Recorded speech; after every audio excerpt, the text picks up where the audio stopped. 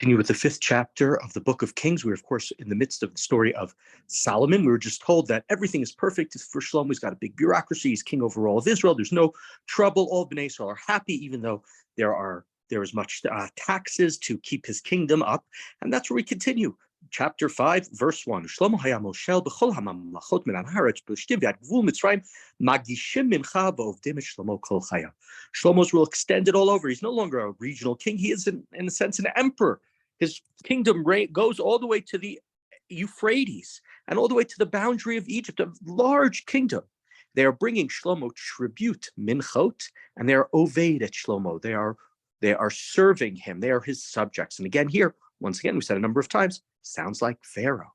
They are oved Shlomo, avadim hayinu lefaro b'Mitzrayim. And also, why are they bringing him minachot? Aren't minachot, which are flower offerings, they also mean tribute or presents, but isn't that supposed to go to God? And so in that verse, right, encapsulates the difficulty of how to read and how to understand Shlomo. Now we're told, continuing with that, more of the difficulty because of the incredible excess. And Shlomo's regular day provisions is not just him, but because he has a huge retinue, are 30 cores of semolina and 30 cores of flour and 60 cores of flour, which is a huge amount. Asara bakar briim vesrim bakar re'ei umeyatzon levad me'ayel utzvi v'yachmor uverubim avusim. 10 fat ox, 20 pasture fed ox, 100 sheep and goats. And in addition to that, there are also deers and gazelle and geese and roebucks. Ki hu rodeh b'chol ever hanar mitivsach v'yad azeh b'chol malchei ever hanar v'shalom hayalom mikol avadav. Avarav Misaviv. And why did he need so much? Because he controlled the whole region west of the Euphrates, all the kings west of the Euphrates, from Tifsah to Gaza, and he had peace in all their borders. So on the one hand, seems like excess. On the other hand, Shlomo has a very wonderful kingdom, and there is, like his name says, Shalom, there is peace everywhere, and everybody is living well. Vayeshev Yisrael Yehuda lavetach, ish tachat gafno, v'tachat te'inato, midan vad Beersheva, Kol Yemei Shlomo. And here we're told exactly that Israel and Judah, they are living securely, they're living well. All of the tribes, from the northern tribe of Dan, northern city of Dan, to the southern city of Beersheva, everybody is doing great. And we have the language here that later on in the Tanakh is going to become sort of messianic language. Each person sitting securely under their vineyard, under their vine, and under their fig tree. It was made famous, this statement, for many, by George Washington in his letter to the Touro Synagogue in Newport, I believe, where he talked about that Israelites, that Jews should also have freedom. They should also be able to sit, in a sense, in America under their vine and under their fig tree. We'll have that many more times, but this is the first place we've seen it. Continuing verse 6, Shlomo had 40,000 stalls of horses and 12,000 horsemen. I thought the king's not supposed to have too many horses, we're told in the book of Dvarim.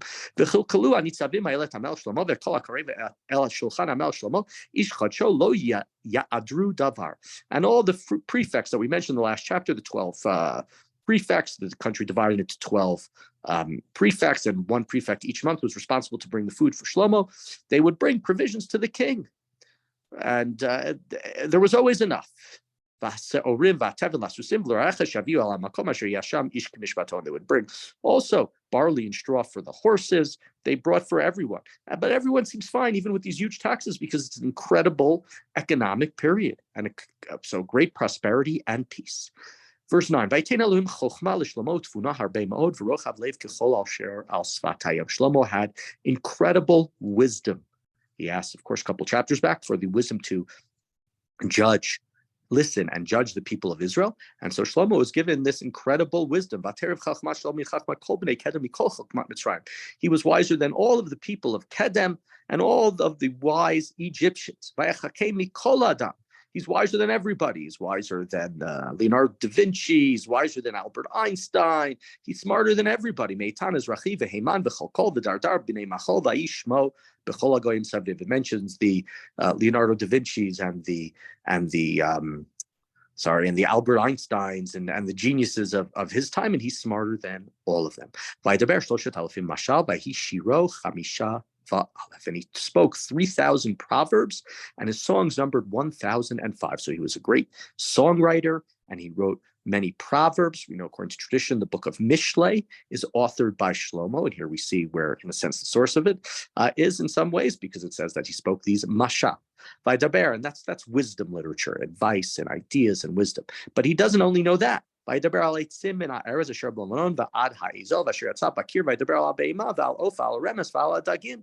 also knows zoology, and he knows botany. He can speak about the animals, the birds, the plants. And people all over came to hear the brilliance of Shlomo and his great wisdom. I think back, and I think it was Walter Isaacson's book about Einstein, describes when Einstein came to the United States in the I don't know if it was 1905, 1910, and obviously before he moved there, before the Shoah, and there were, I don't remember, 20,000, 50,000, 100,000 people came to the harbor where his boat was coming in to greet him, to see this incredible genius. And so in a similar way, all of the people are coming to Shlomo to hear his genius. Verse 15, in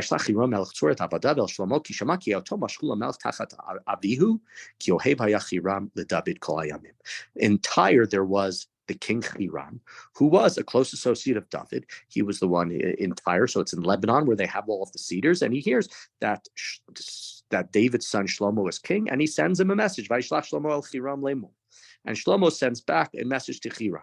And he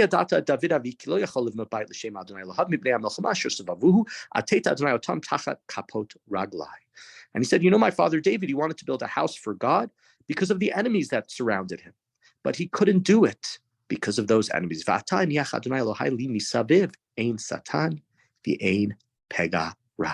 now God has given us complete peace. There's no adversary, there's no enemy, there's nobody who's causing any trouble. And he said,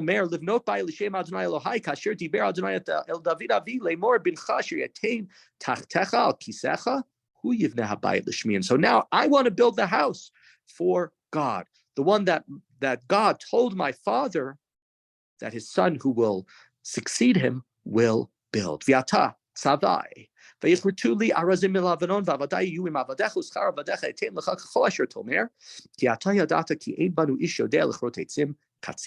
please give the orders for cutting down the cedar trees.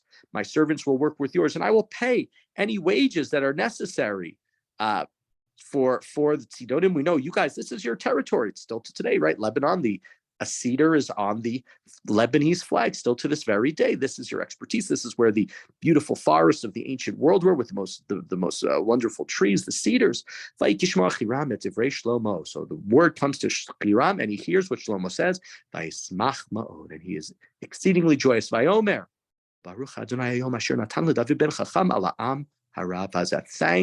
God, praises the Lord, that he gave a wise son of David to govern his great people.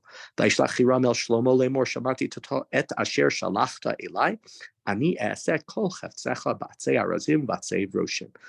sends word back to Shlomo, I heard your message. I will supply all the cedars and all the cypresses that you want.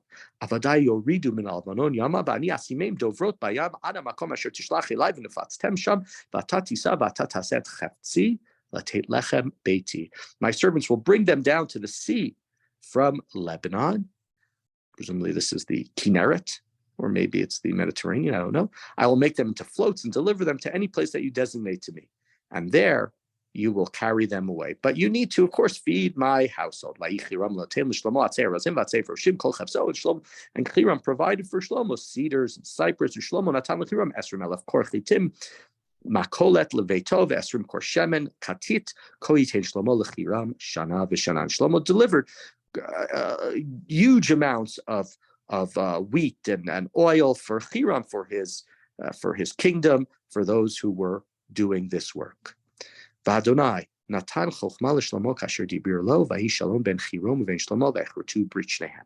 And God had given wisdom to Shlomo, as we had said earlier, and there was peace between Hiram and Shlomo. The two of them made a treaty. They made a covenant.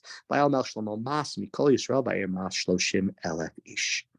And now Shlomo makes forced labor for 30,000 people. 30,000 men have to cut down the trees, have to build the temple. And think about this compared to the temple that was built by the Mishkan in the desert, built by Moshe with his chief artisan, Bitzalel, who did the most of the work. Moshe gave the orders there. It was Nediv Lev. It was volunteers. People came. They were happy to do it. Shlomo has to have forced labor. So we see a difference there. But we have to think about the Mishkan was a portable. The Mishkan was smaller. This is a much bigger project. And thus, maybe the forced labor, something else had to be done in order to get this project to happen, to build a large, permanent structure as a house to God. And so there we have some of the, the questions that revolve around the life of Shlomo and trying to understand him, again, in comparison to Pharaoh, etc., etc. So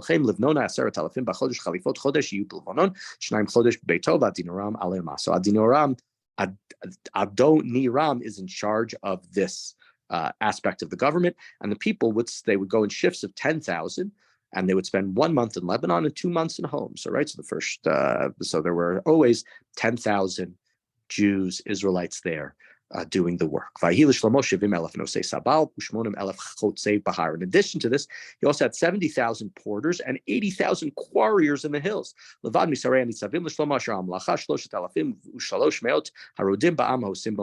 this was in addition to the 3,300 officials who were the managers, who were the supervisors.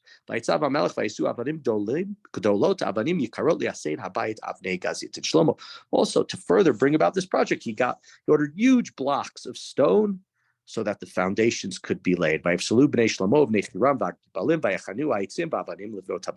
masons, and Hiram's masons, and the men of Gaval, they shaped them, and they brought the timbers and the stones and the woods for Beit HaMikdash to be built. And so we see here Shlomo going on into the most important project of his life, of course, the building of the temple, the project that was sworn to his father.